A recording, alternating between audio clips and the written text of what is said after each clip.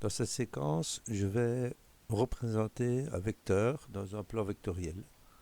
Donc un plan muni d'un repère, c'est le repère OIJ que vous avez en bas à gauche de l'écran. Et on se propose de représenter le vecteur que je vais souligner ici en rouge, donc de composante 3, 2. Donc le vecteur A de composante 3, 2. Alors, en fait, nous avons ici affaire à des vecteurs libres, c'est-à-dire que l'origine de mon vecteur, je peux la placer n'importe où dans le plan vectoriel. Alors, je vais choisir donc une origine pour mon vecteur.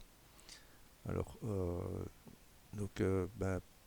pour débuter, je vais choisir une origine tout à fait au hasard. Donc voilà, je vais par exemple décider que l'origine de mon vecteur sera ici. Alors, je vais faire un point plus épais pour qu'on le voit bien.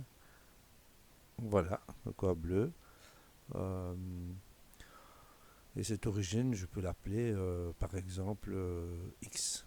Voilà, un point x majuscule, ce sera l'origine de mon vecteur.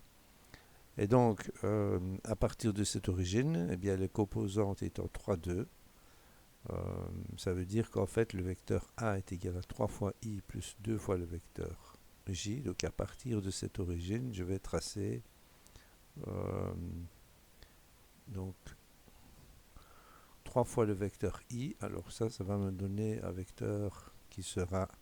Alors, je vais le faire en orange. Donc, une fois, deux fois, trois fois I. Voilà. Donc, j'ai ici. Ceci, c'est 3 fois I. Et ensuite, 2 fois le vecteur J. Alors, ça c'est, je vais le représenter ici une fois. Voilà, 2 fois le vecteur J. 2 fois le vecteur J. Et donc, je peux donc faire la somme graphique en quelque sorte de ces deux vecteurs.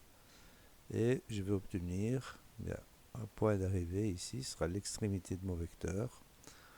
Alors l'extrémité, je choisis de l'appeler Y.